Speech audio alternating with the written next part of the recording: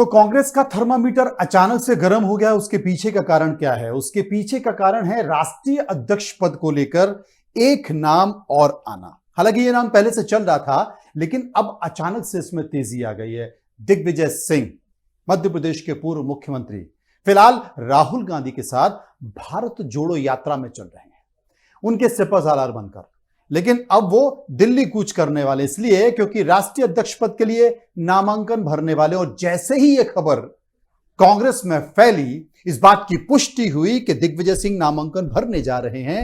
न जाने कितने कांग्रेस के नेताओं के होश उड़ गए, क्योंकि दिग्विजय सिंह राजनीति के माहिर खिलाड़ी हैं। राजनीति की शतरंज और उसके शहमात को उनसे बेहतर कोई नहीं समझता है। उनका जो करियर रहा है मध्य प्रदेश की राजनीति का, खासकर बहुत सारे लोगों ने उन्हें पीछे छोड़ने की कोशिश की, निपटाने की कोशिश की, लेकिन कोई निपटा नहीं पाया है। बड़े बड़े दिग्गज उनसे परेशान रहे, चाहे वो अर्जुन सिंह हो, मोतीलाल वोरा हो, विद्याचरण शुक्ला हो, श्यामाचरण शुक्ला हो, या फिर माधवराव सिंधिया हो, या फिर कमलनाथ हो। तमाम बड़े नेता उन्हें मात दे नहीं सके, बल्कि वो मात देते चले। और वो आज गांधी परिवार के नजदीक हैं, तमाम नेगेटिविटी के बावजूद भी। तो आप समझिए कि दिग्विजय सिंह होने का मतलब क्या है, इस बात को गौर से समझिए। अब आपको बता दें कि दिग्विजय सिंह नामांकन भरने आ रहे हैं दिल्ली में, और जैसे ये बात पता चली तो सख्ते में बहुत सारे नेता आ गए, क्योंकि एक नामांकन फॉर्म पवन बंसल ने लिया है, ऐसी चर्चा है कि वो अंबिका सोनी के लिए। एक नामांकन फॉर्म शशि थरूर ने ले रखा है, और अशोक गहलोत दिल्ली पहुंचने वाले हैं। और माना जा रहा है कि सोनिया गांधी से उनकी मुलाकात होगी। यह भी कहा जा रहा है कि हो सकता है कि सारी पटाखेश खत्म हो गया हो और अशोक गहलोत फिर से कांग्रेस के अधिकृत तौर पर राष्ट्रीय अध्यक्ष बन जाएं। लेकिन दिग्विजय सिंह ने सबको परेशानी में ला दिया है। लोगों के माथे पर परेशानी पे शिकन आ चुका है, पसीना आ चुका है कि दिग्विजय सिंह अब खेल क्या कर रहे हैं।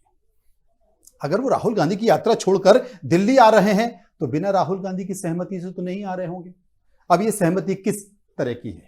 क्या ये आदेश है, सहमति है? एक आदेश हो सकता है कि राहुल गांधी ने कहा हो कि जाइए आप फॉर्म भरिए।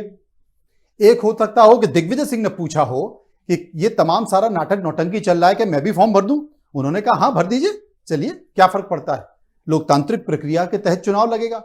लेकिन दिग्विजय सिंह अगर फॉर्म भर रहे हैं तो उन्हें हल्के में ना लिया जाए, कमजोर ना समझा जाए। इस बात को गौर करिएगा। अब कुछ बातें हैं दिग्विजय सिंह को लेकर जो मैं आपको बताना चाहता हूं कि उनका समीकरण क्या है। उनके समीकरण को देखिए कि अध्यक्ष पद की अगर दौड़ में आ गए, 10 साल मुख्यमंत्री पद का अनुभव उनके पास है, वो दलित, पिछड़े, आदिवासी के मुद्दे को बहुत बेहतर तरीके से समझते हैं, वो देश के समीकरणों को बहुत अच्छे तरीके से समझते हैं, और पसीना बहाने में यह कहा जा रहा है कि साहब मल्लिकार्जुन खड़गे 80 साल के हैं। बहुत से ऐसे तमाम उम्र दराज नेता हैं। वैसे दिग्विजय सिंह भी जवान नहीं है, वो भी 75 साल के हैं, लेकिन 75 वर्ष की आयु में भी उनके अंदर जोश है, और आज भी वो पदयात्रा करने की क्षमता रखते हैं। नर्मदा यात्रा किसी ने सोचा नहीं था, 3000 किलोमीटर की यात्रा पैदल चलना उन्होंने की, जिसका असर मध्य प्रदेश के विधानसभा चुनाव में दिखाई दिया। अब राहुल गांधी के साथ अगर कोई खड़ा हुआ है तो दिग्विजय सिंह खड़े हुए हैं और उनके साथ यात्रा कर रहे हैं, लेकिन वो दिल्ली आ रहे हैं। इस खेल को समझिए, ये बड़ा महीन खेल है। अगर हम दिग्विजय सिंह की बात करें तो बहुत सारी बातें हैं, बहुत सारी चीजें हैं। उनके कुछ पॉइंट पर चर्चा कर लेते हैं कि उनके सकारात्मक पहलू कौन से हैं, उनके नकारात्मक पहलू कौन से हैं। सकारात्मक पहलू कहते हैं कि बीजेपी नेतृत्व से निपटने की क्षमता रखते हैं। वो देश के कार्यकर्ताओं में जोश ला सकते हैं, नेताओं को एकजुट कर सकते हैं, ये उनके अंदर क्षमता है। लेकिन उनका एक नकारात्मक बिंदु है। वो बिंदु क्या है? विवादित बयानों के कारण नकारात्मक छवि हो जाती है, और भारतीय जनता पार्टी इसका फायदा उठा लेती है और सीधे उन्हें कनेक्ट करती है कि साहब ये मुस्लिम तुष्टीकरण की राजनीति करते हैं। दूसरा बिंदु, कश्मीर से कन्याकुमारी तक अगर किसी का संपर्क है तो वो दिग्विजय सिंह का है। भाषा बिल्कुल आड़े नहीं आएगी, इतनी अच्छी हिंदी, इतनी अच्छी अंग्रेजी, शास्त्रों का ज्ञान, कमजोर अपने आप को नहीं समझते हैं। लेकिन भले ही ये सब है, लेकिन बीजेपी नकारात्मक छवि बनाने में बिल्कुल भी कसर नहीं छोड़ेगी, और काफी हद तक उसे सफलता भी हासिल हो जाएगी। दूसरी चीज, उन पर आरोप ऐसे बहुत से लगे, लेकिन आज तक कोई आरोप साबित नहीं हो पाया। भले ही शिवराज सिंह चौहान की सरकार रही हो, उमा भारती की सरकार रही हो, बाबूलाल गौर की बीजेपी की सरकार रही हो, करीब करीब आने वाले समय में 20 साल पूरा हो जाएगा, लेकिन इन सब के बावजूद भी दिग्विजय सिंह के कार्यकाल में भ्रष्टाचार के आरोप लगाए हों, दिग्विजय सिंह ने बर्बाद कर दिया, मध्य प्रदेश को बेच दिया, घनघोर करप्शन किया है, लेकिन 20 साल में आप अभी तक इस बात की पुष्टि कर नहीं पाई। बीजेपी यह सिद्ध नहीं कर पाई कि हां साहब दिग्विजय सिंह ने भी भ्रष्टाचार किया है। अब दूसरा कारण क्या है? तो कोई बड़ा भ्रष्टाचार का ऐसा आरोप दिग्विजय सिंह को ऊपर नहीं लगा है, यह एक विषय है।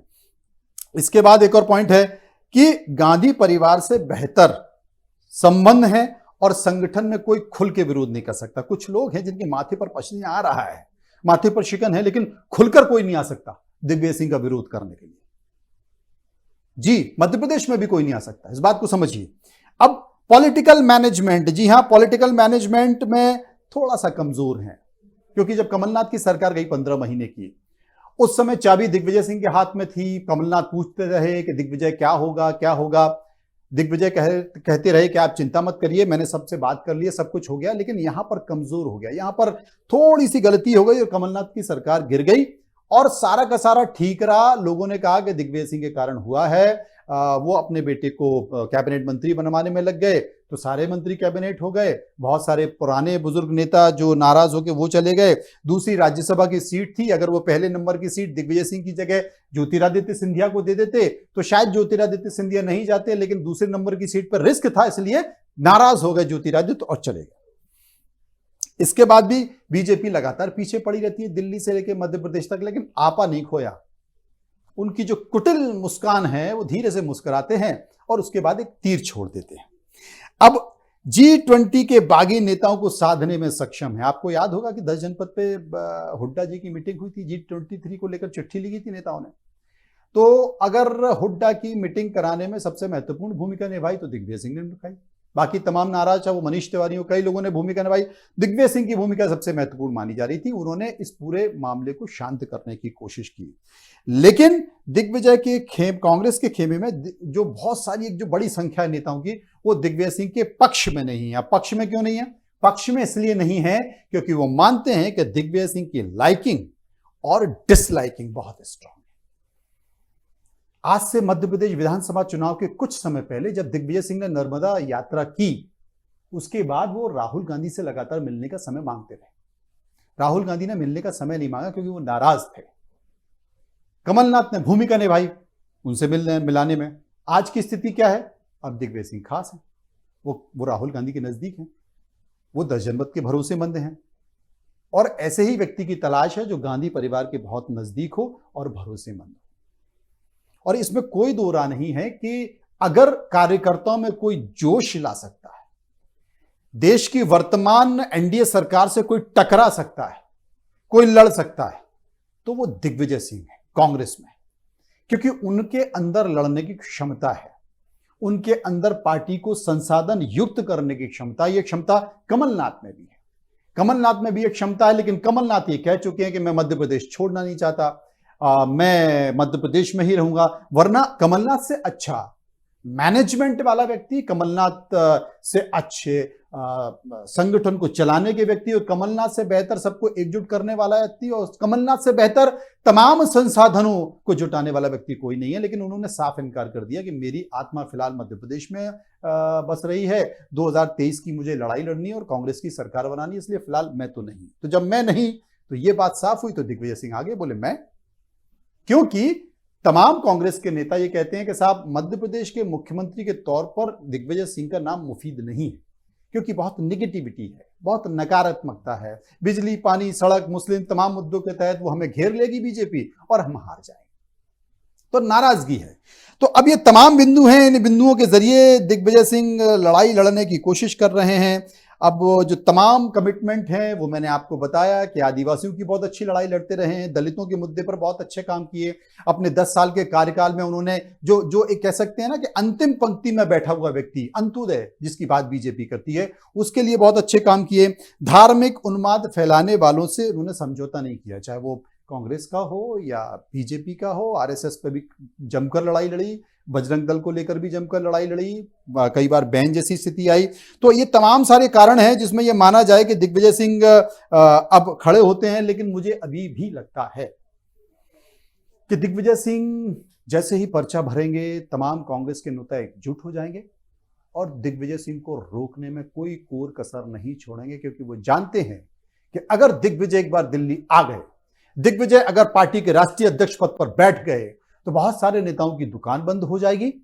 दिग्विजय एक ऐसा कांग्रेस को संगठन खड़ा कर देंगे जिसके लोगों के माथे पे पसीना आ जाएगा। और सबसे बड़ी सवाल है कि जब दिग्विजय बैठ जाएंगे तो फिर दिग्विजय ही होंगे, जैसा कि उनका नाम है दिग्विजय। लेकिन इस खेल को समझिए, इंतजार कीजिए, अभी बहुत समय है, काफी घंटे बाकी हैं नामांकन की अंतिम तारीख निकलने में। देखते हैं वो पर्चा भरते हैं या पर्चा भरने के बाद खेल कुछ और होता है। फिलहाल इतना ही। नमस्कार, मनोज।